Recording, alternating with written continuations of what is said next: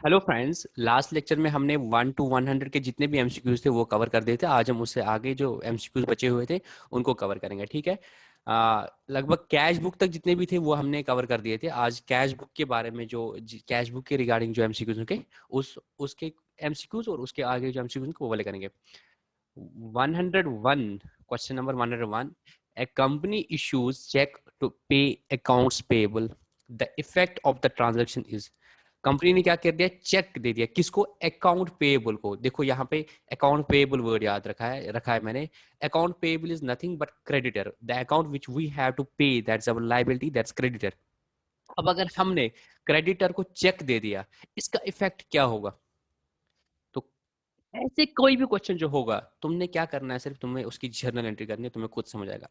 जब मैंने उसको चेक दे दिया तो क्या होगा, क्रेडिटर भी फिर कम हो जाएगा डेबिट द रिसीवर करके, और मेरा बैंक में बैलेंस कम हो जाएगा। बैंक मेरा लिए एक एसेट होता है, वो मेरा कम हो जाएगा। तो अब देखो ए पार्ट क्या लिखा है, इंक्रीज एसेट। एसेट तो इंक्रीज होगा ही नहीं, तो यहाँ ये रिजेक्ट। इंक्रीज एसेट ये भी रिजेक्ट। डिक्रीज एसेट, हाँ एक चीज है। अब देखना लाइबिलिटी, लाइबिलिटी डिक्रीज हो रही है, आंसर इज यस, क्योंकि मेरी क्रेडिटर की लाइबिलिटी थी वो भी डिक्रीज हो रही है और मेरा एक एसेट था वो भी डिक्रीज हो रहा है। अगर तुम बैलेंस शीट को देखो तो एक तरफ से तुम्हारी लाइबिलिटी कम होती है, दूसरी अगर मैं यहाँ पे समझाने की कोशिश करूंगा, अगर मैं यहाँ पे बैलेंस शीट बनाऊंगा, यहाँ पे मेरा क्रेडिटर है और यहाँ पे मेरा बैंक है, क्या हो जाएगा, बैंक में बैलेंस कम होगा, यहाँ पे क्रेडिटर भी कम हो जाएगा, तो क्या होगा, एसेट भी मेरा कम हो गया और मेरा एक लाइबिलिटी भी कम हो गया। तो correct answer is C part. ठीक है। अब इसके आगे देखते हैं question number 102। A check received and paid into bank on the same date is recorded in the। अगर आपको चेक मिल गया और आपने बैंक में जमा कर दिया तो आप एंट्री क्या करते हो। अगर आपको डेटर ने चेक दे दिया तो आप क्या बोलते हो, और आप उसी दिन जमा करते हो तो आप बोलते हो कि ये तो मैं बैंक में जमा कर रहा हूं तो मेरा बैंक बढ़ेगा, तो bank account debit to debtor हो जाएगा। अब ऑप्शंस क्या दिए है, is recorded in which bank column of the cash book, cash column of the cash book, both the cash and bank column of the. नहीं, हमारे पास जब डबल कॉलम या ट्रिपल कॉलम कैश बुक में दूसरा part bank होता है तो हम बैंक कॉलम में एंट्री करते हैं। तो इसका करेक्ट आंसर आएगा A part, bank column of cash book जो होता है उसमें एंट्री करते हैं। ठीक है। उसके बाद 103, the transaction will be treated as a contra entry. The transaction will be treated as a contra entry. तो यहाँ पे मैं अगेन ये लेता हूं कैश बुक, अगर मैं बनाऊंगा, ये कैश है, ये बैंक है डेबिट साइड, ये कैश है, ये बैंक है। ठीक है, मैं ये दो ही कॉलम ले रहा हूँ, कैश एंड बैंक, ये कैश बुक का मैं ले रहा हूँ। अब क्या बोल रहा है ये क्वेश्चन कि the transaction will be treated as contra entry. Contra entry का मतलब क्या होता है, जो कैश बुक में दोनों तरफ से आ जाए, डेबिट साइड से भी आ जाए, क्रेडिट साइड से भी आ जाए। कॉन्ट्रा एंट्री का मतलब है जो डेबिट साइड से भी आ जाए और क्रेडिट साइड से आ जाए। एक तरफ कैश बुक में आएगा, दूसरी तरफ से बैंक में आ जाएगा, या एक तरफ बैंक में आ जाएगा, दूसरी तरफ कैश में आ जाएगा। तो क्या हुआ है, cash withdraw from bank for personal use. अगर कैश विड्रॉ किया है बैंक से तो यहां से तो माइनस होगा, बट इधर के कैश में तो नहीं आएगा क्योंकि वो अपने घर ले रहा है, तो वो तो आप ड्राइंग दिखाओगे, तो आप करोगे drawing account debit to bank या capital account debit to bank, तो वो तो कैश बुक में एक ही साइड में आ जाएगा। Check received from customer and deposit, अगर कस्टमर ने आपने चेक दे दी और आपने बैंक में डिपॉजिट कर दिया तो वो सिर्फ बैंक में आ जाएगा, bank account debit to debtor, तो इस तरफ तो आएगा ही नहीं। Cash due from bank for personal use, for office use, अगर यहां से आपने बैंक से कैश निकाला और वहां पे किस में डाला, ऑफिस के काउंटर में डाला, तो कैश बढ़ जाएगा। तो ये आप देखो, ये यहां से भी आ गया, यहां से भी आ गया।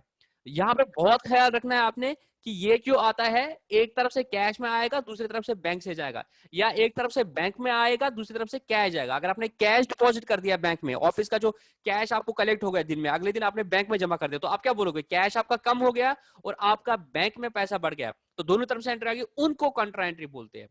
मतलब आपने डबल कॉलम कैश बुक या ट्रिपल कॉलम कैश बुक बनाता है जिसमें आपने कैश और बैंक रखे हैं दो कॉलम्स, और जब आप कैश और बैंक का ट्रांजैक्शन होता है अपना बिजनेस में कि कैश बैंक में जमा करते हो या बैंक से कैश निकालते हो, तो वो क्या होता है, कैश में अगर आपने बैंक से कैश निकाला क्योंकि आपको एम्प्लॉयज को सैलरी देनी है और कैश काउंटर में वो पैसा आ गया, तो क्या होगा, कैश भी बढ़ेगा तुम्हारे यहाँ पे और यहाँ से बैंक भी कम हो जाएगा, तो यहाँ पे बैंक कॉलम से क्रेडिट करोगे और कैश अकाउंट में डेबिट करोगे, उसको कंट्रा एंट्री बोलते हैं।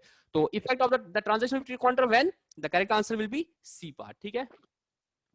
उसके बाद तो मैं रब कर लेता हूं, आगे चलते हम। Question number 104, which one of the following is not correct for cash book? इनमें से कौन सा कैश बुक के लिए करेक्ट नहीं है? It's a dual book, yes it is a dual book. It's a journalised ledger, बोल सकते हैं it's a journal. It records liabilities, ये गलत है, ये लायबिलिटीज रिकॉर्ड नहीं करता है। कैश बुक क्या रिकॉर्ड करता है सर? कैश बुक रिकॉर्ड करता है कैश की, और अगर बैंक भी होगा cash payments, cash receipts. So the correct answer is C part. Question number 105, a check received on 12th of December dated 25th December is considered as। अब देखो ये भी बहुत इंपॉर्टेंट क्वेश्चन है, इसमें बच्चों को कंफ्यूजन हो जाती है। अगर आपको चेक 12 दिसंबर को मिल गया और किसी आपने कर्जदार जो आपका डेटर था, आपने उसको बोला कि यार पैसे दे दे, उसने आपको पोस्ट डेटेड चेक दे दिया, मतलब आप 25 दिसंबर को निकाल सकते हो, तो आप क्या इसको bank account debit to debtor करोगे? द आंसर इज नो, क्योंकि बैंक में तो आपका पैसा आएगा नहीं, वो तो 25 दिसंबर को आएगा, 25 दिसंबर। तो इसको हम कैश इन हैंड मानते हैं। क्या मानते हैं? जो पोस्ट डेटेड चेक होती है, या वो चेक जो आपको मिली और अभी तक आपने बैंक में डिपॉजिट नहीं कर दी, तो आप बैंक अकाउंट अपने को डेबिट नहीं करते हो, आप उसको as a cash in hand मानते हो, या चेक इन हैंड बोलते हैं उसको, तो कैश इन हैंड ही मानते हैं। और बाद में जब इसको बैंक में डिपॉजिट करते हो तो आप फिर bank account debit to cash account करते हो, तो इसको हम कैश ही मानते हैं। तो इसका करेक्ट आंसर आ जाएगा B part. Question number 106, which of the following is not included in cash? Purchases of rupees 10,000, अगर आपने 10,000 में परचेज करता है, यहाँ पे किसी बंदे का नाम नहीं किया है, लिया है, और आपने परचेज कर दी 10,000 की, इट मींस कैश परचेज, तो ये कैश बुक में आएगा। सेल 5,000 की, मतलब कैश सेल्स, ये भी कैश बुक में आएगा। Received cash from Salman, Salman से आपने कैश लिया, cash account debit to Salman, ये भी कैश बुक है। क्रेडिट सेल ऑफ 22,000, अगर 22,000 की आपने क्रेडिट सेल कर रही, तो एंट्री हो जाएगी debtor account debit to sales account, तो ये सेल्स बुक में जाएगा, तो ये कैश बुक का पार्ट नहीं, कैश बुक में नहीं आएगा। तो क्वेश्चन नंबर 106 करेक्ट आंसर है C part, sorry D part. उसके बाद question number 7, which of the following is not considered as a cash और कैश इक्विवेलेंट? इनमें से कौन सी चीज है जिसको आप कैश या कैश इक्विवेलेंट नहीं मानते? कैश इक्विवेलेंट का मतलब होता है वो which can be readily converted into cash. Cash in hand is as is cash. Bank borrowing, अगर आपने बैंक से बोरो कर दिया तो वो आपका कैश नहीं है ना, वो कैश इक्विवेलेंट है, वो आपकी लायबिलिटी है, जिसको बैंक ओडी बोलते हैं। डिमांड डिपॉजिट, डिमांड डिपॉजिट मतलब आपने बैंक में ऐसा पैसा है जो आप कभी भी बैंक से मांग सकते हो, तो again this is your cash equivalent. Investment with a maturity of 2 months from the date, वो इन्वेस्टमेंट जो आप 2 मंथ, एक्चुअली 3 मंथ है क्राइटेरिया, 3 मंथ से पहले पहले जो भी रियलाइज आपकी इन्वेस्टमेंट हो सकती है, अगर आपने एवरी 3 मंथ से कम की कर दी है, तो वो भी आपका कैश इक्विवेलेंट में माना जाता है। तो the correct answer is bank borrowing, आपका ना कैश इन है, कैश है ना कैश इक्विवेलेंट है, वो तो आपकी लायबिलिटी है। तो correct answer is B part 107 का। उसके बाद 108 का, the cash of a business would change, बोलते हैं बिजनेस का कैश चेंज हो जाएगा, किस वजह से? Supplier being paid by cheque, अगर आपने सप्लायर को चेक दे दिया तो उससे तो कैश फर्क नहीं पड़ेगा, बैंक हिट जाएगा। Raw materials being purchased on credit, raw material आपने क्रेडिट में परचेज कर दिया तो कोई कैश में इम्पैक्ट नहीं आएगा। Non current asset being purchase on credit, machinery आपने क्रेडिट में परचेज कर दिया, अगेन आपका कोई कैश चेंज नहीं होगा। Wage paid in cash, wages आपने कैश में पे कर दिए, तो correct answer is D part. 109 contra entry is recorded इन 109 110 में बहुत सारे बच्चों को कंफ्यूजन हो सकती है। 109 और 110 में अगेन बोल रहा हूं बहुत सारे बच्चों को कंफ्यूजन हो, क्योंकि ये डिबेटेबल इश्यू है। मैं क्वेश्चन नंबर 109 पढ़ता हूं और 110 पढ़ता हूं, अपने आंसर बोलता हूं, दूसरे ऑथर्स के, दूसरे बुक्स के क्या वो रीजंस है, उनके आंसर्स क्यों मेरे से मैच नहीं हो जाएंगे, वो भी मैं आपको बताता हूं। कहां पे ये चीज, मतलब डिफरेंस ऑफ ओपिनियन कहां पे क्रिएट रहा है, मैं आपको बताता हूं। Contra entry is recorded in, contra entry किस में रिकॉर्ड की जाती है? Double column cash book, single column cash book, 3 column cash book, और both A and C, D part. मैं क्वेश्चन नंबर 110 भी पढ़ता हूं। A book in which cash balance and bank balance are simultaneously maintained is, नए से पढ़ो। A book in which cash balance and bank balance और simultaneously maintained is simple column cash book, single column cash book, double column cash book, none of this. अब यहां पे देखो, मैंने जब आपको पढ़ाया था तो मैंने किस सीक्वेंस में पढ़ाया था आपको, कि सिंगल कॉलम में आएगा कैश, डबल कॉलम में आएगा कैश और डिस्काउंट, ट्रिपल कॉलम में आएगा कैश, बैंक और डिस्काउंट। ये मैंने आपको ऐसे पढ़ा दिया था, बट इसमें थोड़ा सा डिफरेंस ऑफ ओपिनियन है, और वो भी करेक्ट है, मैं उस चीज को डिनाई नहीं करता हूं, वो भी करेक्ट है, बिल्कुल ठीक है वो भी। एनसीईआरटी की बुक ये बोलती है कि आप जब डबल कॉलम की बात करोगे आप कैश और बैंक अगर बनाओगे, डिस्काउंट नहीं बनाओगे, तब भी वो डबल कॉलम कैश बुक, और बिल्कुल सही है, मैं इस पर डिनाई नहीं करता हूँ। मैंने 109 और 110 का आंसर अपने जिस तरह से पढ़ाया था उस हिसाब से बोला था, क्योंकि मैं आईसीए की बुक से ही देखा था, तो आईसीए भी इसे ही बोलती थी। बट अगेन मैं आपको बोल रहा हूँ, कैश और बैंक अगर आप बनाओगे तब भी उसको डबल कॉलम कैश, अगर आपने बोला कि आप डिस्काउंट को नहीं करोगे, आप डिस्काउंट अकाउंट नहीं दिखाओगे, आप कैश और बैंक दिखाओगे, तब भी वो डबल कॉलम होगा। अगर आप उस हिसाब से पढ़ोगे तो इसका करेक्ट आंसर आ गया 109 का correct, Contra entry is recorded in double में भी और 3 में भी, तो आपका करेक्ट आंसर आ जाएगा डी पार्ट। बट मैंने जिस तरीके से आपको बताया था, तो मैंने आपको सिंगल, डबल और ट्रिपल, ट्रिपल में कैश एंड बैंक ट्रिगर कर दिया था, तो उस हिसाब से 109 का आंसर आएगा सी पार्ट। और 110 book in which cash and bank balance are simultaneously maintain is, क्योंकि मैंने ट्रिपल कॉलम बोला था, इसमें नन ऑफ दीज आएगा। बट आप इसको, अगर आप कंफर्टेबल हो, और मेरे हिसाब से आपको वो भी करना चाहिए, एसएसबी वाले में भी आईसीएसई ना करके एनसीईआरटी की बुक को रेफर करेंगे, क्योंकि एनसीईआरटी का सिलेबस ही नॉर्मली होता है प्रेस्क्राइब, तो वो आएंगे, वो बोलेंगे, फिर 109 को आप चेंज करके बोल सकते हो कंट्रा एंट्री डबल कॉलम भी हो सकता है कैश और बैंक, और ट्रिपल कॉलम तो है ही कैश बैंक और डिस्काउंट, तो आप इसको डी पार्ट आंसर लिख सकते हो 109 का, contra entry is recorded in both A and C. और उसी तरीके से फिर आंसर हो जाएगा a book in which cash and bank balance are simultaneously maintained is known as, क्योंकि यहाँ पे डबल कॉलम है, ट्रिपल कॉलम नहीं है, तो आप डबल कॉलम को लॉक कर सकते हो, तो फिर आपका आंसर 110 का सी आएगा। बट मैंने 109 और 110 का आंसर सी और डी अपने बुक में जिस तरह से मैंने पढ़ाया था उस हिसाब से कर दिया था। बट आई सजेस्ट कि आप लोगों के लिए अगर ये एग्जाम में क्वेश्चन आएगा, यही ऑप्शंस आएंगे, तो यू गो फॉर 109 का डी पार्ट और 110 का फिर आपका सी पार्ट आंसर आएगा। ठीक है, ये एक बहुत ही इशू था, बच्चों को बहुत कंफ्यूजन हो रही थी। दोनों चीजें ठीक है, ऐसा कुछ नहीं है।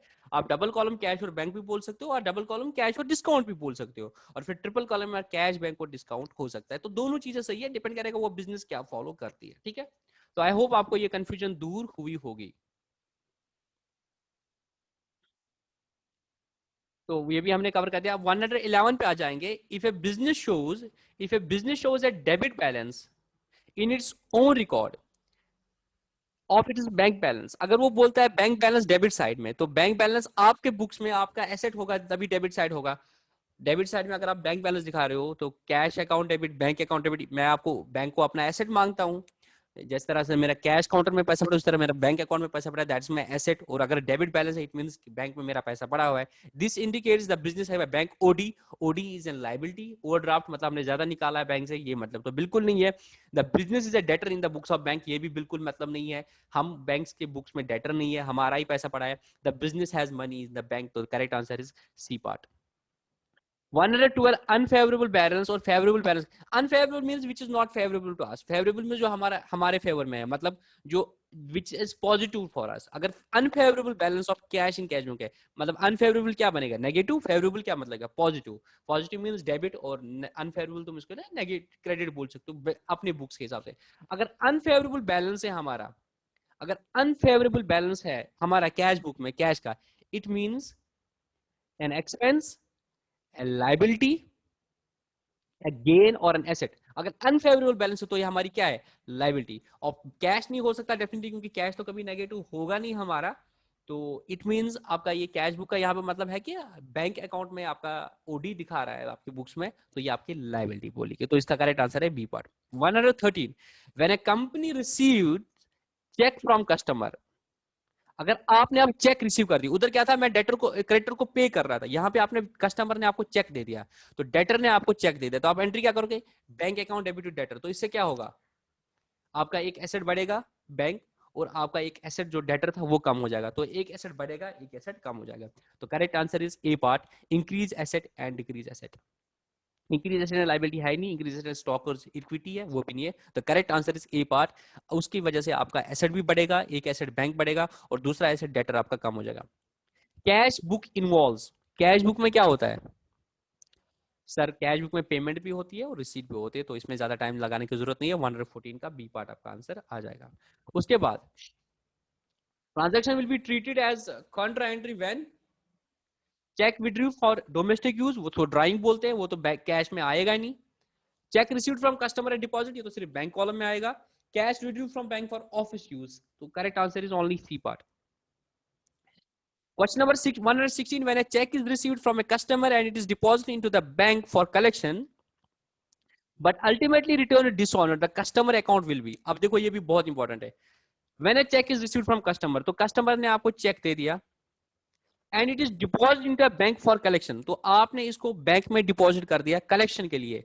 सपोज आपको उन्होंने दे दिया एसबीआई का चेक, आपने अकाउंट जेके बैंक में है, आपने जेके बैंक में बोल दिया कि भाई ये चेक ले लो. तो अब क्या हो गया, आपने जब बैंक में डिपॉजिट कर दिया तो आपने अपनी बुक्स में एंट्री कर दी bank account debit to debtor account. यहां तक तो ठीक है. जब वो चेक देगा तो आप एंट्री करोगे bank account debit to debtor account. But अब क्या हुआ, बट अल्टीमेटली रिटर्न डिसऑनर्ड. वहां से तुम्हारे बैंक ने बोला कि भाई ये चेक नहीं निकल पाएगा, या तो ये बाउंस है या तो कुछ सिग्नेचर में, तो डिसऑनर हो गया. मतलब बैंक ने बोला कि हम इसके अकाउंट में आपको इसके पैसे नहीं दे सकते, ये चाहे फ्रॉड चेक है, बाउंस है, इसमें पैसा नहीं है, या वट एवर द रीजन, तो वो उसको बोलते हैं चेक का डिसऑनर होना. मतलब वो चेक कलेक्ट नहीं हो पाई, आपको बैंक वाले पैसे नहीं दे सकते उस चेक पे. The customer account will be. अब जब आपको पता चला कि वो डिसऑनर हो गया तो आप क्या करोगे फिर, कस्टमर को क्या करोगे वापस, कस्टमर को क्या करोगे. अब आपने उसको अकाउंट बढ़ाना है तो उसको क्या करोगे, डेबिट करोगे. जब आपने पहले एंट्री की थी, आपने एंट्री की थी जब आपको पैसे मिले थे, जब आपको चेक मिला था तो आपने एंट्री की थी bank account debit to debtor. ये आपने पहले की थी जब आपको चेक मिली थी. बट अब क्या हुआ, चेक बाउंस हो गया, तो आप एंट्री को क्या करोगे, रिवर्स करोगे. तो आप डेटर को क्या करोगे, आप बोलोगे यार पैसे तो मिले नहीं, अब मैं तुझे वापस डेबिट करता हूँ, डेटर अकाउंट डेबिट. और आपने बोला था बैंक बढ़ेगा, बैंक तो नहीं बढ़ेगा, बैंक में तो कोई पैसा ही नहीं आया, तो बैंक को क्रेडिट करोगे. तो ये यहाँ पे किसके बारे में बात करता है, कस्टमर के बारे में बात करेंगे. तो कस्टमर के अकाउंट को आप क्या करोगे, कस्टमर के अकाउंट को आप डेबिट करोगे. ठीक है, आगे चलते हैं. Favourable balance in the cash book, favourable balance in the cash book. मैंने बोला फेवरेबल मीन्स हमारे लिए अच्छी वो है, न्यूज है, या हमारे लिए अच्छा है. फेवरेबल तो मतलब क्या होगा फिर, हमारा पैसा होगा बैंक में. Credit in the credit balance in cash book, नहीं ये तो मतलब नहीं है. क्रेडिट कैश बुक में क्रेडिट बैलेंस मतलब नेगेटिव हो गया. Credit balance in bank statement, ये अच्छी बात है कि बैंक स्टेटमेंट में आपका क्रेडिट दिखा रहा है. अगर बैंक आपका क्रेडिट दिखा रहा है मतलब बैंक की बुक्स में आप क्रेडिटर हो, तो ये तो अच्छी न्यूज है, मतलब हमारा पैसा बैंक में पड़ा हुआ है. Debit balance in cash book, ये भी बहुत अच्छी न्यूज है कि आपके कैश बुक में डेबिट बैलेंस आ रहा है. इट मींस आप दिखा रहे हो कि आपका एसेट है कैश, तो आपके पास पड़ा हुआ है कैश. तो फेवरेबल बैलेंस कब है, या तो बैंक स्टेटमेंट में आपका क्रेडिट दिखा रहा है, या आपका जब कैश बुक में डेबिट बैलेंस आएगा, तो B and C is the correct answer. 118 the basic. अब ये कैश बुक के क्वेश्चंस थे 117 तक, मतलब वो 20 क्वेश्चन मैंने कैश बुक पे रखे थे, क्योंकि 17 से पहले 100 से पहले भी 2-3 क्वेश्चन कैश बुक के थे. बहुत इंपॉर्टेंट टॉपिक है कैश बुक, और बीआरएस भी बहुत इंपॉर्टेंट है. बट अभी हम 118 ट्रायल बैलेंस पे आ गए. The basic purpose of trial balance is, trial balance का बेसिक क्या है, प्रॉफिट बताना नहीं, वो तो पीएनएल बताता है. बैलेंस शीट फाइनेंशियल पोजीशन नहीं, हो तो balance sheet to check the arithmetical accuracy of the ledger. ये बहुत इंपॉर्टेंट है. हम देखते हैं कि हमने जो मैथमेटिकली कैलकुलेशंस हमने सही कर दिया है, क्योंकि डेबिट और क्रेडिट अगर हमने बराबर कर दिया होगा, अगर ट्रायल बैलेंस मैच हो गया, इट मींस हमने अरिथमेटिकली लेजर्स को ठीक से कर दिया है. तो correct answer is C part. Which of the following correct about an agreed trial balance? अगर agreed trial balance है मतलब वो ट्रायल बैलेंस जो मैच हो रही है, जिसमें डेबिट्स और क्रेडिट्स बराबर है, अगर वो चीज है तो हम क्या बोल सकते हैं, both debit and credit aspects of each transaction have been recorded. The answer is yes. The books are arithmetically correct. The answer is yes. The debit and the credit column of trial balance have been good to correct it totally. The answer is yes. So the answer is all of the above. So 119 the correct answer है D part, all of the above. उसके बाद 120 which one of the following represent the correct sequence of accounting cycle. accounting cycle में इनमें से सबसे correct क्या है, सबसे पहले क्या होता है, जर्नल ट्रायल बैलेंस, नहीं ये तो नहीं है. जर्नल के बाद तो लेजर होता है. ट्रांजैक्शन एनालिसिस, हाँ ट्रांजैक्शन हो जाएगी, ट्रांजैक्शन का एनालिसिस हो जाएगा, उस जिसको हम आइडेंटिफिकेशन बोलते हैं. उसके बाद recording, journal yes, ledger yes, trial balance yes. This is the correct sequence. ठीक है, तो इसका करेक्ट आंसर आएगा B part. 121 a trial balance prepared after taking into account the effect of adjusting entries. अगर आपने adjusting entries कर दी trial balance बनाने के बाद, तो उसको क्या बोलते हैं, एडजस्टेड ट्रायल बैलेंस। अब एडजस्टिंग एंट्रीज का मतलब क्या है, आपने पहले जितने भी ट्रांजेक्शन होगी उनका जर्नल किया, उसके बाद लेजर किया, लेजर का समराइज बैलेंस, ट्रायल बैलेंस, फिर कुछ एडजस्टिंग एंट्रीज होती है, डेप्रिसिएशन की एंट्री करनी है, एक्रूड एक्सपेंसेस की एंट्री करनी है, क्लोजिंग स्टॉक देखना है वैल्यू कितना है, फिर उसकी एडजस्टिंग एंट्री करते हैं। अगर आपने ये एडजस्टिंग एंट्रीज कर दी, फिर उसके बाद जो इंपैक्ट आएगा कि डेप्रिसिएशन का एक expense, non cash expense trigger हो गया, प्लांट मशीन उसकी वजह से कम हो गया, क्लोजिंग स्टॉक बुक्स में वजूद है, closing stock debit to purchase कर दिया आपने, और फिर ट्रायल बैलेंस बना दिया जिसमें क्लोजिंग स्टॉक आ जाएगा, जिसमें आपका डेप्रिसिएशन आ जाएगा। तो ये एडजस्टिंग एंट्रीज को भी अगर आपने ट्रायल बैलेंस लेने हैं तो उस ट्रायल बैलेंस को बोलते हैं adjusted trial balance. Two methods of preparing a trial balance is, trial balance के तीन मेथड्स है, total method, balances method, total and balance. Total में सिर्फ सारे डेबिट्स और क्रेडिट्स और टोटल, बैलेंस में जो इस लेजर अकाउंट का बैलेंस होगा वो, और टोटल और बैलेंस में दोनों। तो अब देखेंगे इनमें से क्या है, फाइनेंशियल मेथड, टोटल मेथड। ये फाइनेंशियल टोटल मेथड है, नॉर्मल मेथड ये भी नहीं है, बैलेंस मेथड है, फाइनेंशियल मेथड ये भी नहीं है, balance method, total method. The correct answer is D part. 123, in addition to the arithmetical accuracy, trial balance provides arithmetical accuracy के बगैर ट्रायल बैलेंस क्या बोलता है, ये भी एक डिबेटेबल इशू है, बहुत ही कॉम्प्लिकेटेड क्वेश्चन है, इसमें थोड़ा आपको दिमाग खोल के सोचना पड़ेगा। In addition to the arithmetical accuracy of a ledger, ये तो ठीक है, ट्रायल बैलेंस बोलेगा कि the ledgers have been there is arithmetical accuracy in preparation of the ledger, the ledgers have been correctly prepared, और क्या चीज बताएगा वो, A part a summary of total capital invested in the business during the period, उस period में कितना invest कर दिया है, नहीं भाई, अगर मेरा ट्रायल बैलेंस में भी कैपिटल आ रहा है 10 लाख, तो क्या मैं बोलूंगा इसी पीरियड में 10 लाख लगा दिया? The answer is no, it showing the balance in the capital, तो इसमें तो ओपनिंग भी हो सकता है, तो ये चीज तो नहीं वो है। A summary of a summary of sales made during the year हो सकता है, क्योंकि अगर ट्रायल बैलेंस में आपका सेल्स आ रहा है तो वो बोलेगा आपकी सेल्स कितनी है इस साल में। सी पार्ट देखना भी, summary of total cash collected from customers during the year, आपके पास कैश होगा तो आप क्या बोल सकते हो वो सिर्फ डेटर से आ गया cash? Answer is no. Summary of all the transactions made since the end of the previous accounting period, since the end of the previous accounting period से सारी ट्रांजैक्शंस की समरी, तो सम एक्सटेंट करेक्ट है but completely correct नहीं है, क्योंकि आपके पास sales purchase nominal वाले तो मैं मान सकता हूं, मगर मगर प्रीपेड एक्सपेंसेस जो थे वो, या आपका कैश है, इसमें तो पुराना कैश भी पूछता, तो सारी ट्रांजैक्शंस का समरी नहीं बोलता है। सिर्फ एक चीज है सेल्स के बारे में, ये बोलेगा मुझे कि अगर सेल्स दिखा रहा है मुझे ट्रायल बैलेंस में, तब वो तो करेक्ट ही बोल रहा है कि सेल्स कितनी इस साल में हो गई है। तो चारों में से सिर्फ एक ही चीज करेक्ट दिखा रहा है एक लेजर के बारे में, वो सेल्स के बारे में। इन चार ऑप्शंस में से जो करेक्ट आंसर आ रहा है कि कितनी सेल्स हुई है, क्योंकि सेल्स है नॉमिनल, पिछले साल का सेल्स तो पिछले साल के पेनल में जाएगा, वो तो खत्म हो गया है। इस साल के ट्रायल में जितना भी सेल्स आ रहा है तो it shows the summary of the sales during the year. बहुत सारी चीजें बोलता है, यहाँ पे सिर्फ एक एक ट्रिक क्वेश्चन था, सिर्फ सेल्स के बारे में मैंने यहाँ पे डाल दिया था, क्योंकि मैंने देखा था कि आपको ये अंदाज, किसी बहुत सारे बच्चों को गलती क्या होती है, वो बोलते हैं कि डी पार्ट है, summary of transactions made since the end of the previous accounting period. तो नॉमिनल अकाउंट्स के बारे में ठीक है, बट रियल और पर्सनल के बारे में ठीक नहीं है। क्रेडिट का टोटल बैलेंस तो आप क्या बोलोगे ये ट्रांजैक्शन इसी साल में होगी है, क्रेडिट का तो ओपनिंग बैलेंस हो सकता है, तो वो आपको ट्रायल बैलेंस नहीं बोलता है। तो सिर्फ एक छोटा सा पार्ट है ठीक बोल रहा था, मतलब कि सेल्स बोल सकता है, बहुत सारी चीजें बोलता है, परचेज कितनी होगी है, बट मैंने यहाँ पे एक अकाउंट के बारे में पूछा था, तो इसका आंसर है B part. Question number 24, which of the following is the most popular method preparing trial balance, तो वो है बैलेंस मेथड। तो हम सारे लेजर अकाउंट्स को समराइज, लेजर अकाउंट्स की बैलेंसिंग करते हैं, उनका जो बैलेंस होगा, कैश का कितना है, परचेज का कितना है, सेल्स का कितना है, वो जो बैलेंस है वो डालते हैं, डेबिट जिनका होगा डेबिट से आएंगे, क्रेडिट जिनका होगा वो क्रेडिट से आएंगे, और उनको हम बोलते हैं बैलेंस मेथड। तो correct answer is A part. 125, under balance method which of the following is used for preparing the balance at the and trial balance eight the end of the accounting period. Balance method में क्या करते हो, जो balance होगा उस account का वो use करते हो। The correct answer is A part, beginning नहीं, ending balance of ledger accounts, correct. जो आपका एंडिंग बैलेंस होता है उसी को हम बेस लेते हैं। 126, under total method which of the following is used for preparing a trial balance, which of the following is used for preparing a trial balance? Total of the amounts column, the answer is no. Difference of the amounts of columns of ledger account, the answer is no. Opening balance of the ledger accounts, no.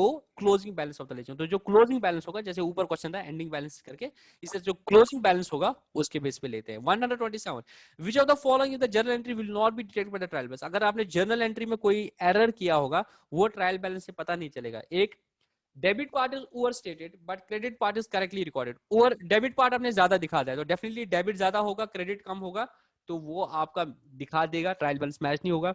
Debit part is correctly recorded but credit part is overstated. Debit ठीक दिखाता है, credit बढ़ाता है, again there will be mismatch.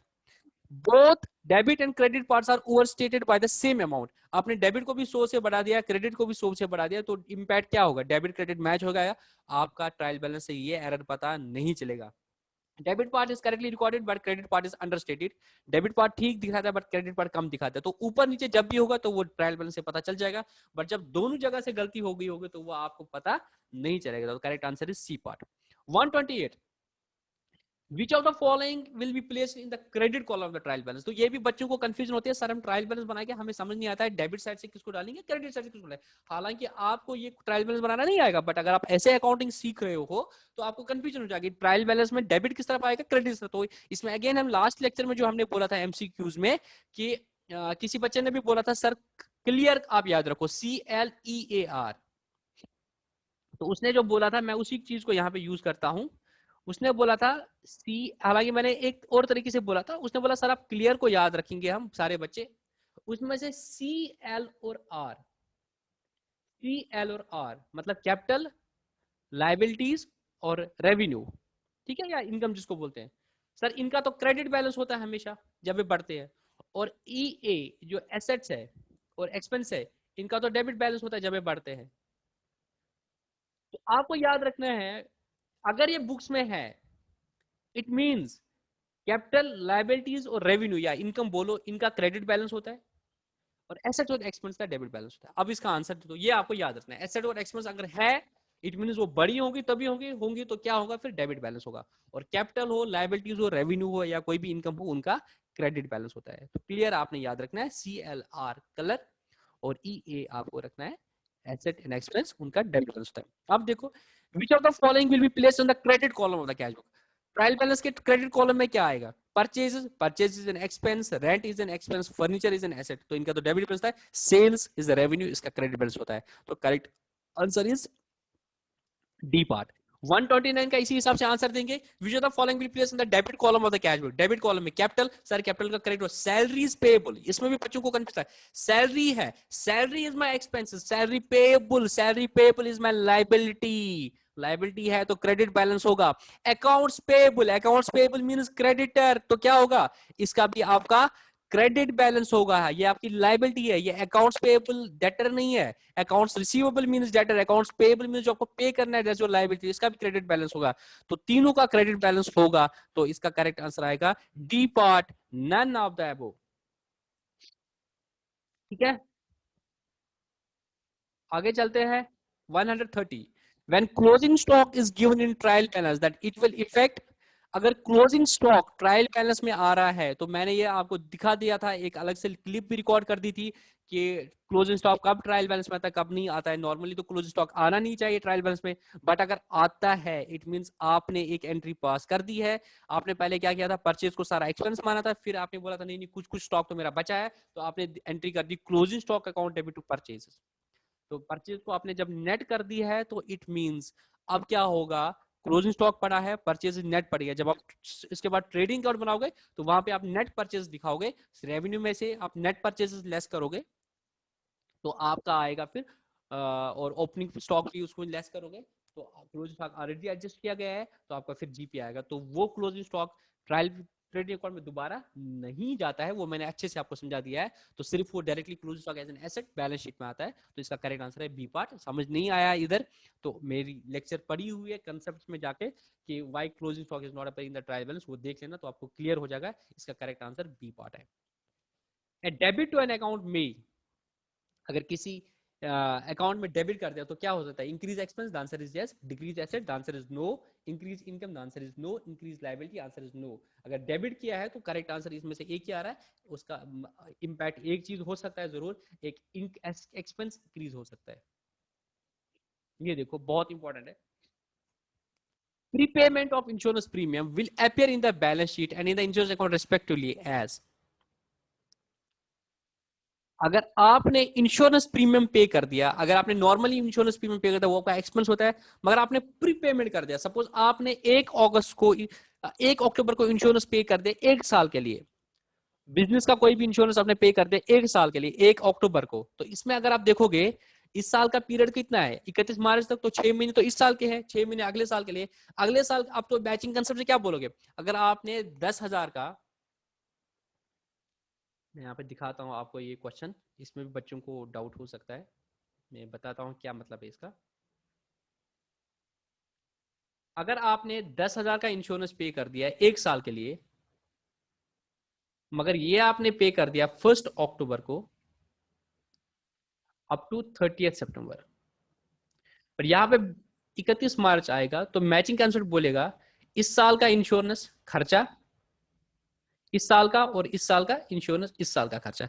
But 31 मार्च को आपने जब 10,000 दिया तो 5,000 इस साल के लिए, 5,000 इस साल के लिए। मैचिंग कंसेप्ट के हिसाब से आप इस साल का खर्चा कितना लोगे, 5,000।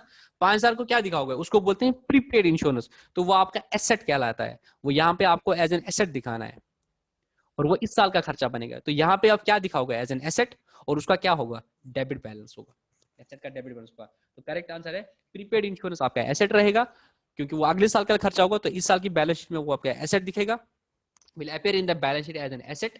5,000 का एसेट आपको बैलेंस शीट में दिखेगा, और उसका क्या होगा, डेबिट बैलेंस होगा। ठीक है, आई होप आपको ये समझ आया होगा।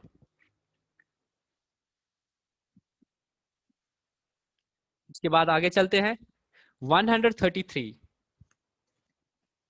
In which of the following systems of recording the finances may reflect true and fair view of an entity and accounting records are considered to be more accurate? तो इसमें तो आंख बंद करके बोलो, डबल एंट्री में वो सारी चीजें होती है, सिंगल एंट्री में तो कुछ रहता है कुछ नहीं रहता है, तो correct answer is double entry. Question number 134, which report gives review on the profitability of the business? वो कौन सी रिपोर्ट है जिससे आपको प्रॉफिटेबिलिटी ऑफ द बिजनेस पता चलती है? सर ये प्रॉफिट एंड लॉस वाला जो स्टेटमेंट है उसको हम इनकम स्टेटमेंट बोलते हैं, तो answer is D part. 135, when assets are subtracted from liabilities it will be equal to, जब एसेट से लाइबिलिटी लेस करते हैं तो क्या आएगा आपकी, सर ये आपका कैपिटल बनेगा, ये तो अकॉर्डिंग क्वेश्चन क्वेश्चन है। Finance that summarise revenue and income, जिसमें रेवेन्यू और एक्सपेंसेस समराइज होते हैं, तो उसको क्या बोलते हैं, इनकम स्टेटमेंट या प्रॉफिट लॉस अकाउंट। यहाँ पे आपको इनकम स्टेटमेंट मैंने दे दिया है ऑप्शन, तो करेक्ट आंसर है सी पार्ट, रेवेन्यू और एक्सपेंसेस को समराइज करके जो बोलता है उसको बोलते हैं इनकम स्टेटमेंट, जिसको आप पीएनएल भी बोलते हो। 137, which financial statement presents a summary of asset liabilities capital, कौन सा स्टेटमेंट है जो आपको summary of asset liability and capital बोलता है, तो सर वो बैलेंस शीट है, तो C part. Interest on loan paid by business, अगर आपने लोन लिया था बिजनेस तो और आपने इसमें इंटरेस्ट पे कर दिया, तो इंटरेस्ट आपका क्या है, रेवेन्यू एक्सपेंडिचर है, तो इसका करेक्ट आंसर है ए part. Question number 139. The allocation of the cost of a tangible asset to expense in the period in which service or received from the asset is termed as, उसको बोलते हैं depreciation। उस दिन मैंने आपको बोला था कि अगर मैंने एक एसेट परचेज कर दिया 10 लाख का, मैंने मशीनरी परचेज कर दी और ये मशीनरी 10 साल चलेगी, तो मैचिंग कंसेप्ट के हिसाब से पहले मैं क्या करूंगा, पहले तो मैं बोलूंगा ये 10 लाख का मेरा एसेट है, ये कैपिटल एक्सपेंडिचर है, फिर मैचिंग कंसेप्ट बोलूंगा इस रेवेन्यू और एक्सपेंस को मैच करना है, तो इस मशीनरी का फायदा सपोज मुझे 10 साल का मिल जाए तो मैं 10 साल में राइट ऑफ करूंगा, तो हर साल में 1-1 लाख का एक्सपेंस पीएनएल में लूंगा मैचिंग कंसेप्ट के हिसाब से। एग्जाम्पल में ले रहा हूँ, बाकी अलग है, स्ट्रेट लाइन मेथड लगेगा, डब्ल्यूडीबी लगेगा, वो अलग है। तो इस चीज को कि इसको allocation of this expense, the allocation of the cost of the tangible item that is this 10 lakh तो the expense in the period, हर साल में इसका खर्चा एलोकेट करना है, इसको हम बोलते हैं डेप्रिसिएशन। टेंजिबल था यहाँ पे, टेंजिबल प्लान के लिए जो एक्सपेंस आप एलोकेट करते हो उसको डेप्रिसिएशन बोलते हो, और इनटेंजिबल अगर होगा, इंटेंजिबल एसेट जो है आपका गुडविल पेटेंट कॉपी, उनको जब हम राइट ऑफ करते हो उसको एमोटाइज बोलते हैं, क्या बोलते हैं, एमोटाइज। ऐसा क्यों बोलते हैं, डेप्रिशिएट का मतलब reduce in the value due to wear and tear, but जो जहां तक आपकी इंटेंजिबल है उनका तो कोई वेयर एंड टियर नहीं होता है, वहां पे हम करेक्ट वर्ड यूज करते हैं एमोटाइज, मतलब राइट ऑफ कर देना उस चीज को, तो यहाँ पे depreciation is the correct word. ठीक है, question number 140, which of the following will be debited if cash is drawn by the proprietor, proprietor ने जब कैश विड्रॉ कर दिया तो आप उसको पार्टनर्स प्रोप्राइटर की कैपिटल को डेबिट करते हो या प्रोप्राइटर की ड्राइंग को बोलते हो, जब मैंने ड्राइंग दिखा दिया यहाँ पे तो ड्राइंग प्रॉफिट बनेगा, तो आप प्रोप्राइटर की ड्राइंग बोलोगे, अगर ड्राइंग नहीं दिखा मैंने कोई ऑप्शन दिया होता तो आप प्रोप्राइटर की कैपिटल भी बोल सकते थे, बट यहाँ पे मैंने ड्राइंग बोला क्योंकि नॉर्मली हम ड्राइंग बोलते हैं, और लास्ट में जब हम बैलेंस शीट बनाते हैं, लास्ट में जब हम बैलेंस शीट बनाते हैं तो हम इस तरह से बनाते हैं, बैलेंस शीट में opening capital, add profit, less drawing, तो लास्ट में हम ड्राइंग लेस करते हैं, तो जब पहले जितने भी ड्राइंग्स होते हैं वो हम ड्राइंग को डेबिट करते हैं, और लास्ट में फिर हम ड्राइंग को कैपिटल से लेस करते हैं, और अगर कोई ऑप्शन ड्राइंग का नहीं दिया है तो आप प्रोप्राइटर्स कैपिटल भी ले सकते हो directly. Question number 141. Which of the following is true about the treatment of insurance paid in advance? Rupees 12,000 का इंश्योरेंस आपने एडवांस में पे कर दिया तो आपका करंट एसेट है। क्या है? करंट एसेट है, क्योंकि आप अगले साल में वो राइट ऑफ हो जाएगा, उसको करंट एसेट बोलेंगे। 142. Which according concept specifies the practice of crediting closing stock to the trading account? ये भी बहुत इंपॉर्टेंट है। वो कौन सा कंसेप्ट है जो बोलता है कि क्लोजिंग स्टॉक को हम ट्रायल बैलेंस के साथ ट्रायल बैलेंस में ले जाए, सॉरी क्लोजिंग स्टॉक को हम ट्रेडिंग अकाउंट में ले जाएंगे? कौन सा कंसेप्ट है?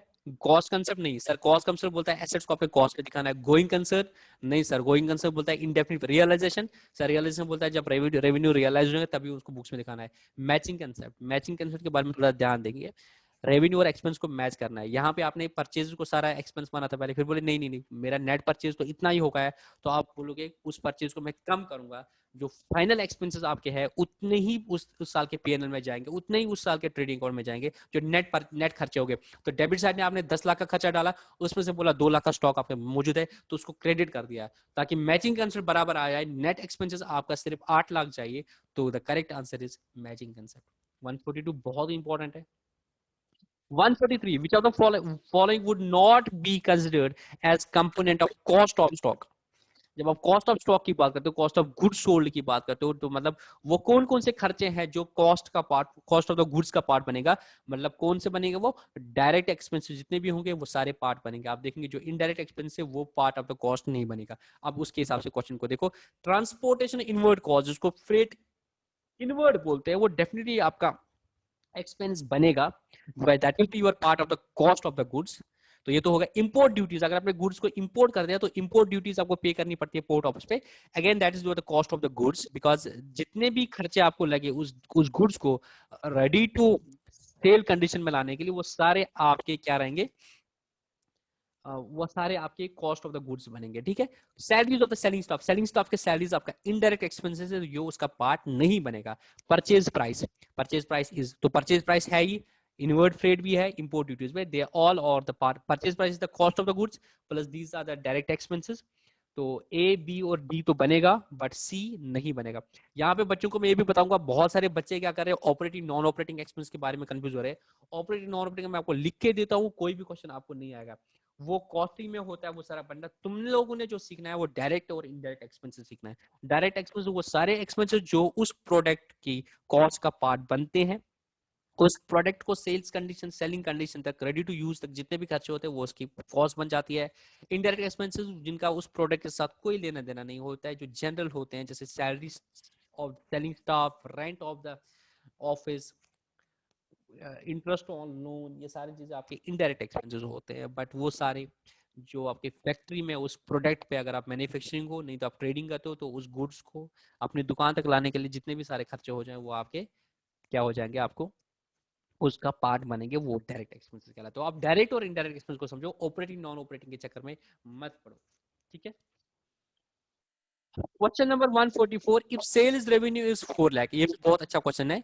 अगर सेल्स रेवेन्यू 4 लाख है, ठीक है, कॉस्ट ऑफ गुड्स सोल्ड 3,10,000 है, कॉस्ट ऑफ गुड्स सोल्ड 3,10,000 है, डायरेक्ट एक्सपेंस 60,000 है, तो जीपी क्या होगा आपका? ये भी बहुत इंपॉर्टेंट क्वेश्चन है। देखो कॉस्ट ऑफ गुड्स सोल्ड क्या है? कॉस्ट ऑफ गुड्स सोल्ड का मैंने आपको फॉर्मूला बताया था। वो जो गुड्स आपने बेचे हैं उनकी कॉस्ट कितनी है, उसको कॉस्ट ऑफ गुड्स सोल्ड बोलते हैं। उसका फॉर्मूला होता है opening stock plus purchases plus direct expenses minus closing stock. ठीक है। मतलब जो गुड्स आपने बेची उनकी कॉस्ट कितनी थी। अब मुझे बता दो, आपने 4 लाख का सेल कर दिया, उनकी कॉस्ट थी 3,10,000, उसमें से जब लेस करते हैं selling price minus cost price equal to GP, eighth का formula. Selling price minus cost price GP, selling price minus cost price GP. तो 4 लाख में से 3,10,000 कितना बचा? 90,000 इज द जीपी। यहाँ पे मैंने क्या बोला, बच्चों को कंफ्यूजन होगी, मैंने डायरेक्ट एक्सपेंस डाला 60,000 का। कोई बच्चा बोलेगा 3,10,000 प्लस डायरेक्ट एक्सपेंसेस 60,000 हो गए, 3,70,000, 4 लाख में से 3,70,000 लेस हो जाएंगे, तो द करेक्ट आंसर इज 30,000। तो वो बोलेगा मेरा जीपी 30,000 है, बट वो गलत है। क्यों? डायरेक्ट एक्सपेंसेस जो है वो तो कॉस्ट ऑफ गुड्स सोल्ड में ऑलरेडी इंक्लूड होते हैं। ये एक ट्रिक क्वेश्चन था आपके लिए। कॉस्ट ऑफ गुड्स सोल्ड में तो डायरेक्ट एक्सपेंस आएगा, तो आपने इसको और इसको कंपेयर कर देना है। The correct answer will B 90,000। ठीक है। इसमें मैं आपको ये भी बताऊंगा, जो मेरे मेरे नोट्स जो थे उसमें मेरा गलती से ये अगेन 30,000 जाएगा, शायद वो टाइप को एरर ही हो गया था। तो बट जो मैंने बुक रखी थी उसमें मैंने ठीक करके वो रखा था। 145 पे आगे, account which shows gross profit और gross loss of the business called, the correct answer is trading account. Trading account से आपको ग्रॉस प्रॉफिट और ग्रॉस लॉस दिखता है, ट्रायल बैलेंस आपको समरी दिखती है, प्रॉफिट लॉस में आपको नेट प्रॉफिट दिखता है, बैलेंस शीट में आपको फाइनेंशियल पोजीशन दिखती है। Debit side of trading account में आप क्या दिखाते हो, डायरेक्ट एक्सपेंस या indirect expense? Sir direct expense trading account का पार्ट होते हैं, इनडायरेक्ट एक्सपेंस पीएनएल का पार्ट होते हैं, तो direct expense is the correct answer.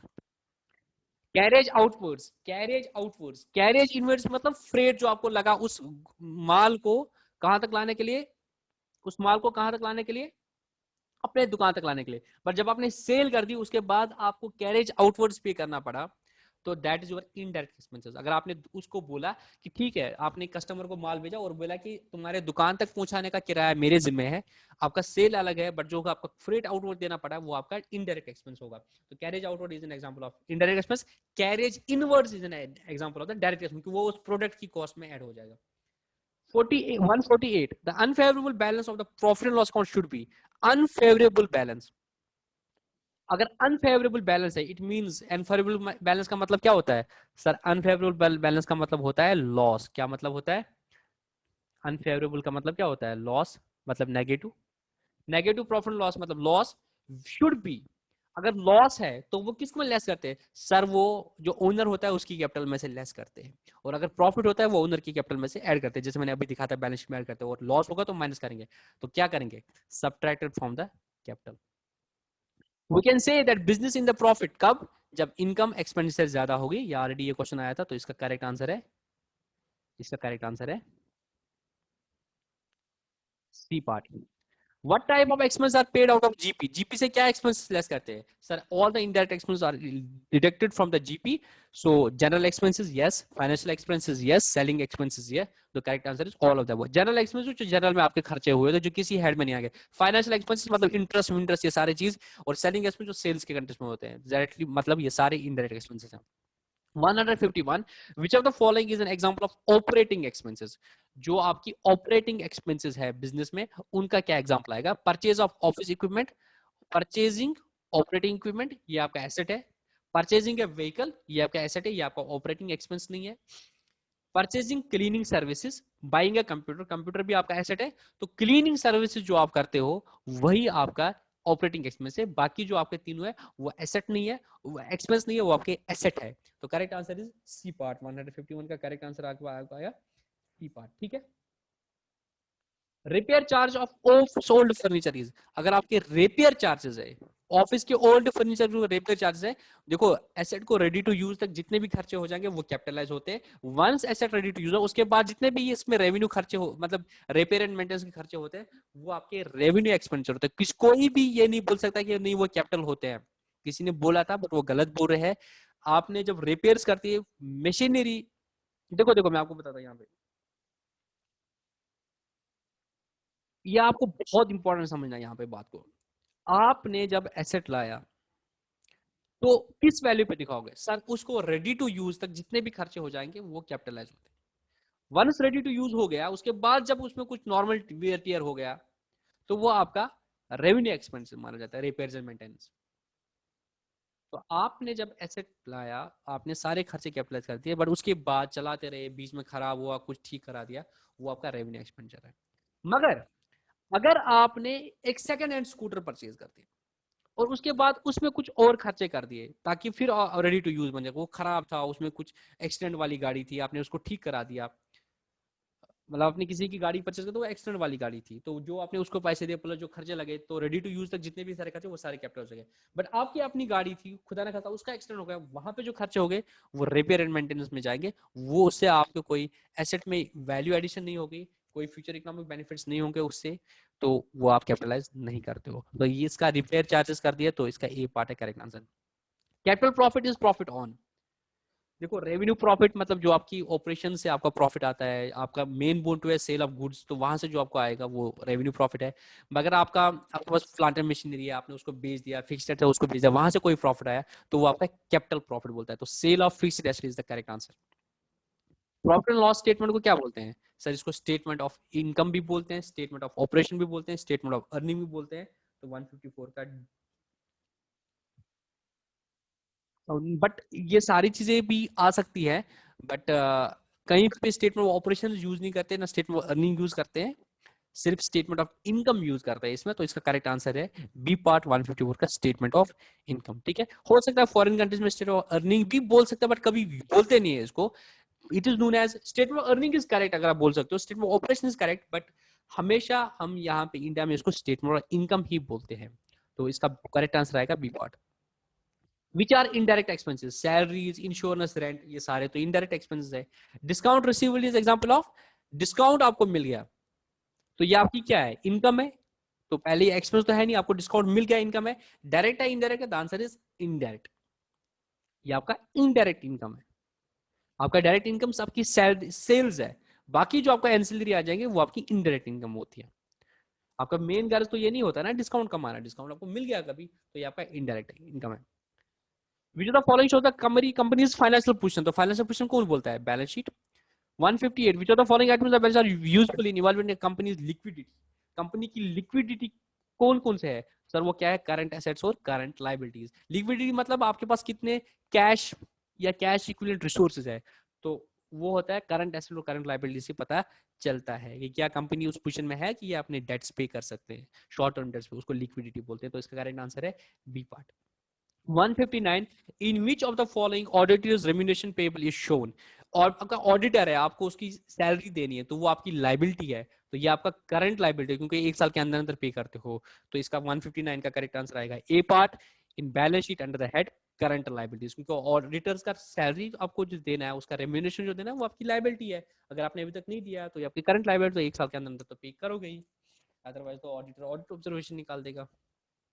160 another name of the balance sheet is statement of financial position. Balance sheet में specify है point in time, balance sheet एक पर्टिकुलर डेट में बना दी जाती है और प्रॉफिट लॉस एक पर्टिकुलर पीरियड में बनाई जाती है, तो point in time is the correct answer. 162 which of the following is a category of the element of the balance sheet, balance sheet में क्या आएगा, एक्सपेंस नहीं, वो तो पीएनएल में आता है, गेन वो तो पीएनएल में, वो तो नेट करके पीएनएल में आता है, indirect income, liabilities yes, losses no, the correct answer is C part 162 C part. Which of the following is an asset? Accounts payable is a creditor, तो is a liability. Prepaid insurance is an asset, क्योंकि वो अगले साल का खर्चा है। Unearned revenue, तो ये तो नहीं आएगा, तो द करेक्ट जो अर्न ही नहीं गया तो वो कहाँ पे आएगा, the correct answer is B part. Unearn revenue का मतलब ऐसे भी बोल सकते हैं आप, आपको किसी ने, अगर मैं ट्यूशन पढ़ाता हूँ, किसी बच्चे ने मुझे एडवांस में फी दे दिया तो मैं रेवेन्यू नहीं है तो मेरी लाइबिलिटी है, तो correct answer is B part asset. What is the normal balance for asset, sir assets का डेबिट बैलेंस, ये आपने अभी क्लियर से याद रखा। Normal balance of liability is credit, इनमें से कौन सा करंट एसेट नहीं होगा, तो 12 मंथ वाला क्राइटेरिया है। Account receivable is a current asset, land non current क्योंकि फायदा एक साल से ज्यादा होता है, prepaid insurance current, stock current, तो correct answer is B part.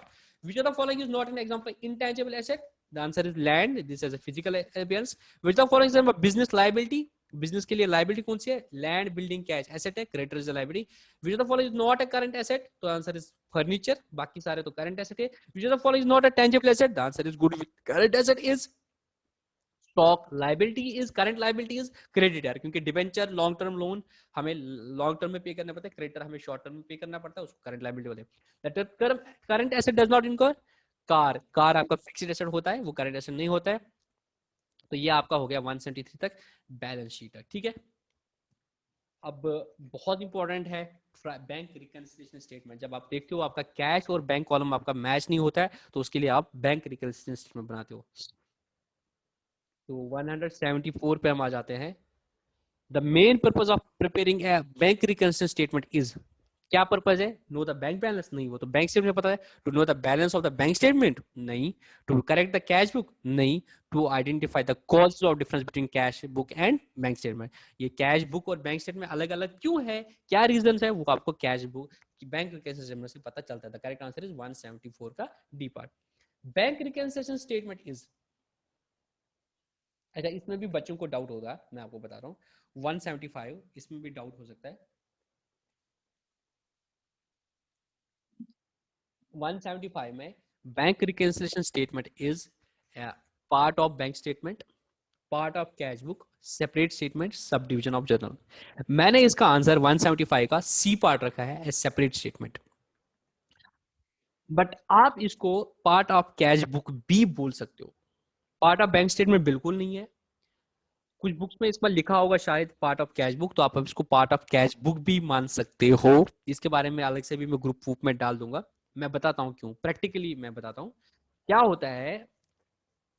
जो आपका कैश बुक होता है, जैसे आपका एक मंथ का कैश बुक खत्म हो गया, उसके बाद आप देख रहे हो इतना है, फिर जब बैंक स्टेटमेंट होगा, बैंक स्टेटमेंट डिफरेंट होता है, तो आप क्या करते हो, उसी के बाद एक पेज टर्न करते हो, वहां पे एक प्लेन पेपर अटैच करके रखते हो या उधर ही बनाते हो बैंक रिकंसिलिएशन स्टेटमेंट। तो आप दिखाते हो balance as per cash book, उसमें से प्लस माइनस करके फिर आप बैलेंस एज पर पास हो, तो आप बुझते पार्ट ऑफ कैश बुक इसको बोल सकते हो। बट एज एन अकाउंट या पार्ट ऑफ कैश बुक नहीं है, एज एन अकाउंट या स्टेट सेपरेट स्टेटमेंट, तभी मैंने एक सेपरेट स्टेटमेंट रखा था। क्योंकि ये कैश बुक में नहीं सोचना है कि it's a part of cash book में कोई अकाउंटिंग एंट्री होगी, कैश बुक में कोई अकाउंटिंग एंट्री। बट प्रैक्टिकली ऐसा होता है कि कैश बुक में उस मंथ का जब कैश बुक में बैलेंस खत्म हो जाएगा, आप अगले पेज पे फिर एक बैंक रिकंसिलिएशन स्टेटमेंट बनाते हो, उसके बाद फिर अगले कैश पेज पे कंटिन्यू करते हो वो कैश बुक के बैलेंसेस। बट एक रिकंसिलिएशन स्टेटमेंट बनाते हो तो आप उसको पार्ट ऑफ कैश बुक बोलते हो। बट करेक्ट अगर देखा जाए मेरे हिसाब से, the correct answer is A separate statement. But हो मुझे नहीं पता है किस बुक में ये दिखाया गया है पार्ट ऑफ कैश बुक। अगर एनसीईआरटी की बुक में पार्ट ऑफ कैश बुक दिखा है, तो आप इसको फिर part of cash book he answer रख लेना, क्योंकि एसएसबी वाले भी मुझे लगता है एनसीईआरटी के ही जो आंसर्स है वो रखेंगे। ठीक है। 176 uncollected cheques are known as, 176 uncollected cheques are known as. ये भी बहुत इंपॉर्टेंट है, इसमें भी बच्चों को कंफ्यूज होता है। बैंक रिकंसिलिएशन में बहुत इंपॉर्टेंट है, और पंचायत में भी मुझे लगता है आपके लिए बहुत इंपॉर्टेंट है, BRS. Uncollected cheque, unpaid cheque, ये सारे इशू होते हैं।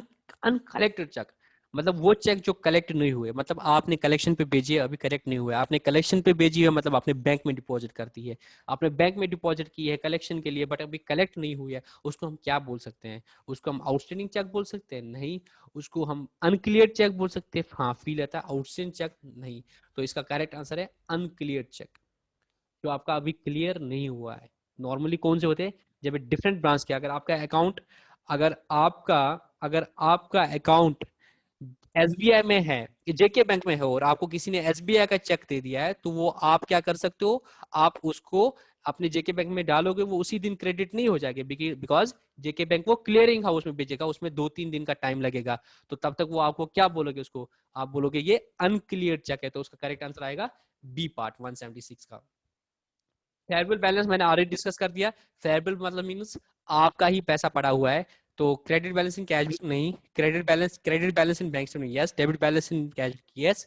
तो both B and C. Unfavourable balance उसका उल्टा, तो देखने क्या आएगा 179। When cheque is not paid by the bank it's called, अगर चेक बैंक ने पे नहीं कर दिया, आपने बैंक में चेक डिपॉजिट कर दिया और चेक ने बैंक ने बोला कि नहीं नहीं नहीं, ये तो पैसा नहीं निकल पा रहा है, चेक बाउंस हो गया, तो उसको क्या बोलते हैं? Dishonoured cheque. The correct answer is B. Honoured मतलब चेक चेक मिल गया, डिसऑनर मतलब चेक पैसा नहीं मिला, बाउंस गया। एंडोर्स मतलब आपने किसी और को ट्रांसफर कर दिया, बट यहाँ पे तो बैंक ने पे नहीं कर दिया, तो दिस इज डिसऑनर चेक। ये भी एक इशू आ रहा है 179 के बारे में। बैंक रिकंसिलिएशन कौन बनाता है? बैंकर बनाता है? नहीं। अकाउंटेंट बनाएगा? The answer is yes. Auditor बनाएगा? रजिस्टर बनाएगा? नहीं। The correct answer is accountant. अगर कहीं की अकाउंटेंट की जगह कैशियर होगा, तो आप कैशियर भी लिख देना, ठीक है। दोनों में से कोई भी बनाएगा, नॉर्मली अकाउंटेंट ही बनाता है। 180 bank reconciliation is not a ledger account, ये कोई लेजर अकाउंट नहीं है। तो 180 का आएगा C part. 181 the balance on the debit side of the bank calendar indicates, अगर आपका debit side of bank column of cash book में, तो मैं अगर आपको यूज करूंगा ऐसे, ये कैश बुक है, ये बैंक कॉलम है, ये कैश कॉलम है। अब क्या बोलते हैं? The on the debit side of bank column, मतलब इस कॉलम की बात करता है, of A cash book indicates, यहाँ पे अगर कुछ बैलेंस बचा हुआ है, इट मींस हमारा पैसा पड़ा है बैंक में, this is an asset for us. Total amount at withdrawn from bank नहीं, कैश एट बैंक यस। ये अगर यहाँ पे कुछ बैलेंस दिख रहा है, इट मींस हमारा बैंक में कितना पैसा पड़ा हुआ है। तो correct answer is B part. समझ आ रहा है? 182 bank statement is also called, bank से जो आपको स्टेटमेंट मिलती है उसको क्या बोलते हैं? सर उसको पासबुक भी बोलते हैं। The answer is A part. 183 when the balance as per cash book is starting point, direct deposit by customers are, ये भी बच्चों को बहुत सारे बच्चे बोल रहे हैं सर हमें ये स्टार्टिंग पॉइंट समझ नहीं आता है, स्टार्टिंग पॉइंट के बारे में बता दीजिएगा सर, ये स्टार्टिंग पॉइंट क्या होता है? देखो बेटा, इसका मतलब क्या होता है, जब आप बैंक रिकंसिलिएशन स्टेटमेंट पर आते हो ना, तो आप डिसाइड करते हो आप कैसे रिकंसाइल करोगे। आपको रिकंसाइल करना है ना, तो आप या तो कैश बुक को बेस लेते हो, या तो पासबुक को बेस लोगे, दो में से एक चीज को आप बेस लोगे। जिसको आप बेस लोगे उसको बोलते हैं स्टार्टिंग पॉइंट। क्या बोलते हैं? Starting point. तो आपने बोला कैश बुक को बेस लेंगे हम, कैश बुक से हम स्टार्ट करेंगे, कैश बुक से हम स्टार्ट करेंगे और इसमें से प्लस माइनस करेंगे कुछ, तो हम पूछेंगे पासबुक पर, हम पूछेंगे बैलेंस एज पर पासबुक। ये मतलब होता है स्टार्टिंग।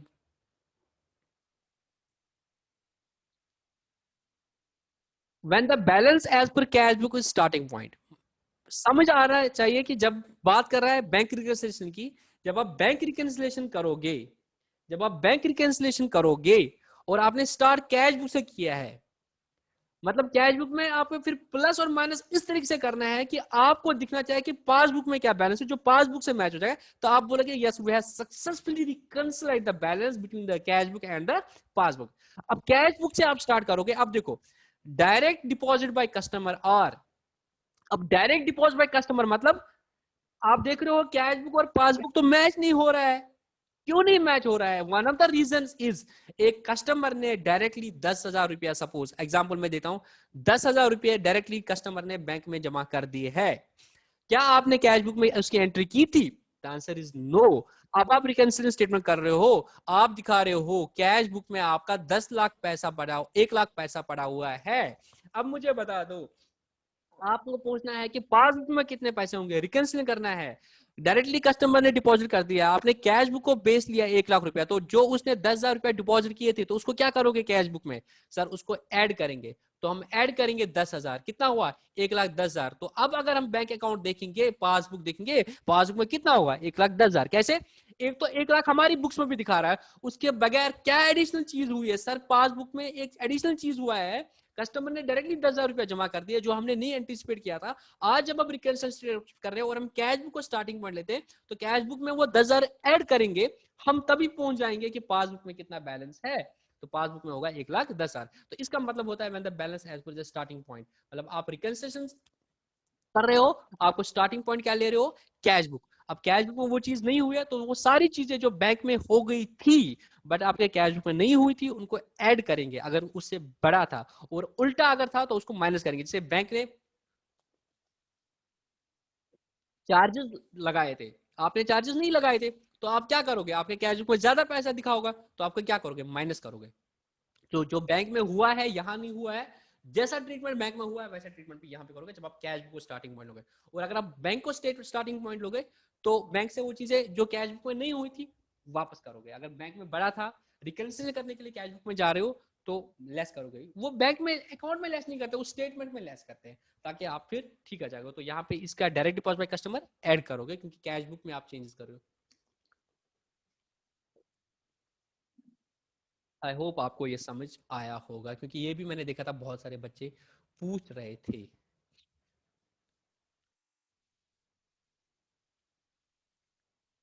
अब थोड़ा आगे चलते हैं। 184, the cheque which is deposit into bank. आपने चेक बैंक में डिपॉजिट कर दिया, but not clear at the end of the particular year, अभी तक क्लियर नहीं हुआ, तो उसको क्या बोलते हैं? उसको अनक्रेडिटेड, मतलब bank has not credited in your account. Bank आपको क्रेडिट करता है ना, जब आपको पैसे आपके अकाउंट में पैसे ट्रांसफर, अभी उसने क्रेडिट नहीं किया, तो उसको अनक्रेडिटेड बोलते हैं। अनप्रेजेंटेड चेक का मतलब क्या होता है? अनप्रेजेंटेड का मतलब होता है उल्टा। अनप्रेजेंटेड मतलब जब आपने किसी कस्टमर को चेक, किसी क्रेडिटर को चेक दे दिया और अभी तक वो बैंक में नहीं दे डिपॉजिट कर दिया चेक, तो उसने अभी प्रेजेंट नहीं किया आपके बैंक में कि आपका बैंक आपके अकाउंट को डेबिट करेगा, बट यहाँ पे क्लियर की बात आ रही है और आपने डिपॉजिट कर दिया, तो करेक्ट वर्ड इज अनक्रेडिट। अभी तक उन्हें क्रेडिट नहीं किया है, जिसको हम अनक्लियर भी पढ़ रहे थे ऊपर, तो correct answer is A part. Credit balance वाला क्वेश्चन तो हो गया ऊपर भी। When cash is deposited into bank in the following account, what will be debit in the business account? अगर कैश आपने डिपॉजिट कर दिया तो क्या होगा? सर बैंक अकाउंट डेबिट हो जाएगा, तो इसमें ज्यादा दिमाग लगाने की जरूरत है नहीं। 187, which of the following items must be recorded in the adjusted cash book in order to bring it line with the entries of the bank statement? अगर आप कैश बुक में एडजस्टमेंट्स कर रहे हो, तो इनमें से कौन सी चीजें आपने चेंज करनी पड़ेंगी ताकि आप बैंक स्टेटमेंट से मैच करोगे? सबसे पहले देखो बैंक चार्जेस। अगर आपके बैंक ने बैंक चार्जेस लगा दिए, तो आपने लगाए थे अभी तक कैश बुक में? The answer is no. अब क्या करोगे? लगाओगे ना। The correct answer is A part, bank charge. ठीक है। 188 विच ऑफ द, अगर जब आपको पहला पार्ट ही आ रहा है आंसर और कोई ऑप्शन ऐसा नहीं आ रहा है कि बोथ ए एंड बी करके, तो चुपचाप करके ज्यादा ऑप्शंस पढ़ने की जरूरत नहीं होती है। आप सीधे बैंक चार्जेस को पहला ही ऑप्शन आ रहा है उसको डाल के नेक्स्ट क्वेश्चन पे पढ़ो, बाकी ऑप्शंस देखने की जरूरत नहीं है, उससे आपका टाइम सेव होता है। 188 विच of the following would not effect the bank reconciliation, इनमें से कौन कौन सा जो है बैंक रिकंसिलेशन को इम्पैक्ट नहीं करेगा? डिसऑनर चेक भाई कर देगा, क्यों नहीं कर देगा। डिस्काउंट रिसीव्ड, तो डिस्काउंट रिसीव्ड से क्या फर्क पड़ेगा, वो तो डिस्काउंट कॉलम में आ जाएगा। The correct answer is B part. Bank interest फर्क पड़ेगा, चेक नॉट प्रेजेंट फर्क पड़ेगा, तो correct answer is B part. 189 if any amount is directly deposit bank then, अगर बैंक में डायरेक्टली किसी ने डिपॉजिट किया तो बैंक में ज्यादा पैसा दिखेगा, कैश बुक में कम दिखेगा, तो cash book will show less balance and bank will show more. A part is the correct answer, तो ज्यादा टाइम जाया नहीं करेंगे। Passbook is a copy of, passbook का क्या है, copy of customer account, the answer is A part. Unfavourable balance विन थोकस भाई, हम क्वेश्चन करके ये आप खुद करोगे। 192 bank expense is mainly prepared for reconcile the cash balance of the cash book, reconcile the difference between the bank balance shown in the cash book and the bank passbook, the answer is B। ठीक है, 192 का B part। 193 a debit in the depositor's cash book will be shown as, a debit in the will shown as, अगर मेरी books में debit आ रहा है तो bank की बुक्स में क्या होगा, वो क्रेडिट होगा, क्यों, तो इसका करेक्ट आंसर आएगा ए बी पार्ट। बैंक के लिए मैं क्रेडिटर हूं तो वो उल्टा करेगा ना, तो वो बैंक के हिसाब से देखना पड़ेगा, और मैं मेरी बुक्स में मेरा बैंक में पैसा डेबिट है, एसेट है, तो मैं उसको डेबिट करूंगा, तो बैंक ने क्या किया होगा, क्रेडिट किया होगा मुझे, क्योंकि बैंक के एंगल से देखो, तो इसका आंसर आएगा बी पार्ट 193 का। 194 when balance as per passbook is starting point, मतलब आप पासबुक को रिकंसाइल करोगे ताकि आप कैश बुक के बैलेंस पहुंचे। इंटरेस्ट अलाउड बाय बैंक, अगर बैंक ने इंटरेस्ट अलाउ कर दिया तो कैश बुक पे वो एंट्री गई है, द आंसर इज नो। तो पासबुक से भी जब स्टार्ट करोगे और आपको कैश बुक तक पहुंचना है, पासबुक में जो एंट्री हुई है कैश बुक में नहीं हुई, तो पासबुक से क्या करोगे, उसको खत्म करोगे, तो क्या करोगे, इंटरेस्ट अलाउ आपने बैंक ने किया था तो क्या करोगे, सबट्रैक्ट करोगे, तभी आप कैश बुक के बैलेंस तक पहुंचा, को सिर्फ रिकंसाइल करना है, तो वहां से माइनस करोगे। The correct answer is B part 194 का। 195 a bank statement is prepared with the help of bank statement and the bank column of the cash book, the answer is yes। Bank statement cash column of the cash book नहीं, हम bank column of the cash book को use करेंगे। The correct answer is again A part. 196 ये भी बहुत typical question है, bank reconciliation statement के बारे में आराम से देखेंगे और इसका इंपैक्ट जो है वो समझने की कोशिश करेंगे। Question number 196 the cash book showed an overdraft of rupees 1,50,000। The cash book showed an overdraft of 1,50,000, मतलब कैश बुक में आपका ओवरड्राफ्ट दिखा रहा है कि मतलब आपने बैंक से ज्यादा पैसा निकाला था 1,50,000, but the passbook made up to the following date showed that checks of rupees 10,000, 5,000 and 2,000 had not been presented for payments। तो वहां से आपको पता चला कि ये पेमेंट जो पैसे चेक्स थे जो आपने इशू कर दिए थे वो अभी तक कस्टमर्स ने नहीं, मतलब क्रेडिटर्स ने नहीं निकाला था। ये हो गया 10,000 और 5,000, 15,000, 15,000 और 12,500, ये हो गया 27,500। तो अगर आप बोल रहे थे कि 1.5 लाख का पैसा आपने बैंक से ज्यादा निकाला है, बट अभी आपको पता चला कि 27,500 जो चेक्स थे वो तो अभी कस्टमर्स ने नहीं निकाले हैं। वो जब कस्टमर्स ने नहीं निकाले हैं तो आपका जो बैलेंस कितना होगा, सर आप जो बोल रहे थे 1.5 लाख निकाला है बैंक से ज्यादा, 1.5 लाख तो नहीं निकाला है, 1,22,500 ही निकाला है अभी तक।